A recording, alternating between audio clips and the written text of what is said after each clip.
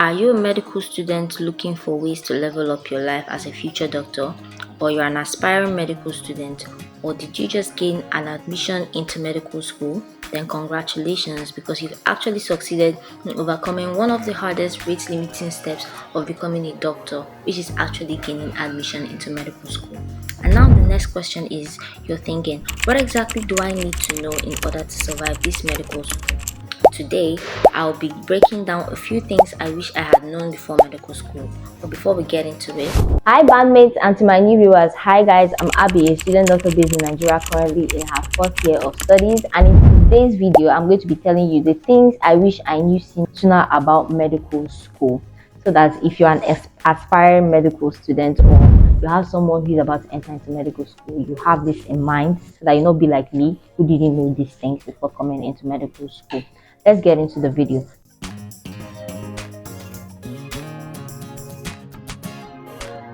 Before I came into medical school, I knew that they say that you have to know how to read. But in secondary school, I didn't have to do so much to do so well.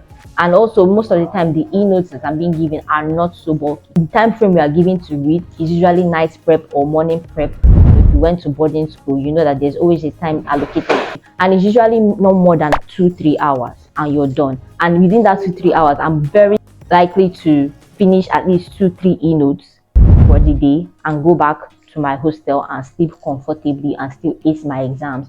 So coming into medical school, I was thinking that it was going to take me 2-3 hours and to achieve a lot, just like in high school. But coming into the school, I had to understand that I have to sit like for at least 5-6 hours straight in order to actually know that I achieved something tangible in that day. So I wish I knew that I was going to be sitting for more hours to study. Like I would have mentally prepared myself for it, because coming in, I didn't mentally prepare myself for it. Like I read 2-3 hours and I'm already tired, because that's what my body is already accustomed to. So it took me a couple of years to get to this place of at least being able to sit for 6 hours comfortably without getting tired. And it has really helped me improve in my, level of speed and accuracy and assimilation and understanding what I'm reading as well. So I'd like you out there, if you're about to come into medical school and think that it's going to be sit down, chon, and you're done, know that you have to practice how to sit down for a very long period of time. Okay, this has to come to your examinations. Coming into medical school, I know that most of the time when we are reading, we are always focused about knowing the topics we are going to ace in our essay. I know essay, by the time if you write very well, you can actually gain marks. But the thing about MCQ is that once you know it, you know it. If you don't know it, you don't know it. And if you know it and you get a good mark, the chance of losing marks are very high, just like how the chance of gaining marks are very high. So I wish I had known that earlier, so that I would have started applying what I'm applying now back then. Because back then I didn't rate MCQs that way, and for MCQ you literally have to read in between lines, because they can get questions anywhere. So I wish I had put effort into my MCQs, just like I did put effort in my essays. It would have helped me out in balancing out a lot of my scores earlier. So I know that don't underestimate your MCQ.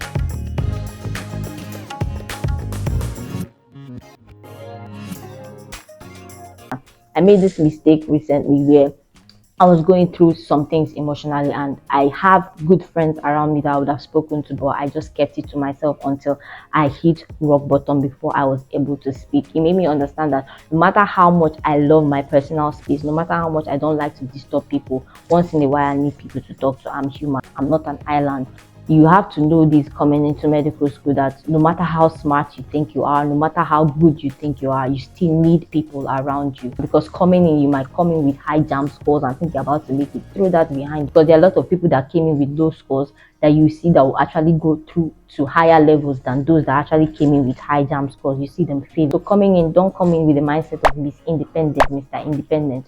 Be very, very dependent, because medical school is going to humble you. So whenever you're going through something academically, you're not understanding certain things, don't be shy, don't be too proud to reach out to people to help you out. It's going to help you out in the long run.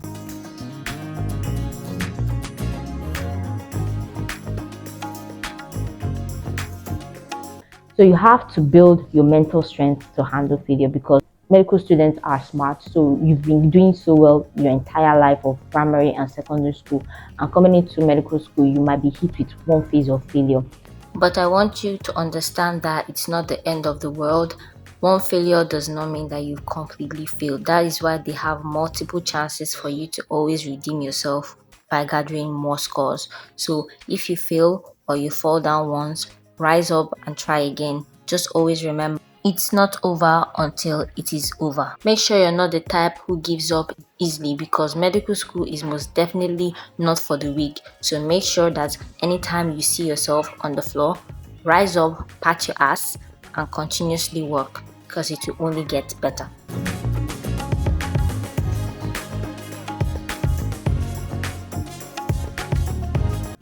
I know that when you come to school, they tell you work hard, but you have to also work smart. When you're reading, there are certain topics that you know that usually medical doctors, because you're being lectured by medical doctors tend to lean towards that topic because there are diseases that you see within your own area. Because you cannot go and start studying about diseases that are endemic in Japan, Chinese, when you are in Nigeria. So most of those diseases that you know that are endemic in Nigeria, you concentrate on those diseases, especially when you're learning for your theory. There are certain topics that lecturers will come to class and then they will actually emphasize on, mark those topics.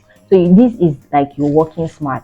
And then when it comes to working hard, you make sure that you study these topics. It's one thing for you to know these topics, and it's another thing for you to study them. So as you're working hard to read these topics, make sure you're working smart to make sure that you're not wasting so much time on topics that are not so relevant to your area, and focusing on those that are actually relevant. Once you're done and you're strong in those topics that are relevant, then you can give a little time to those that are not so important. If you've gotten to this point of the video, it's obvious you're enjoying it. Don't forget to give this video a thumbs up because it helps out with my YouTube videos being pushed out for other medical students like you to see.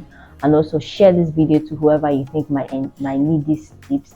And don't forget to subscribe, because part 2 will be dropping about the other tips that I wish I knew about our medical school before coming into medical school. So if you want to know more the things I wish to have known as a medical student before coming in, subscribe and turn on your post notification bell so that when the part 2 of this video drops, you'll be notified.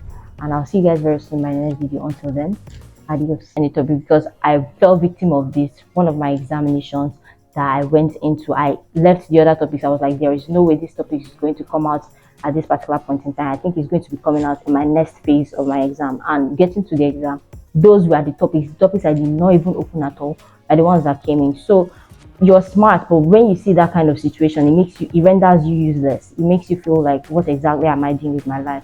But obviously, if you had studied that topic, you would have had an idea on what to write. So don't underestimate any topic. Treat all as equal, but within this equal topic, give some priority list.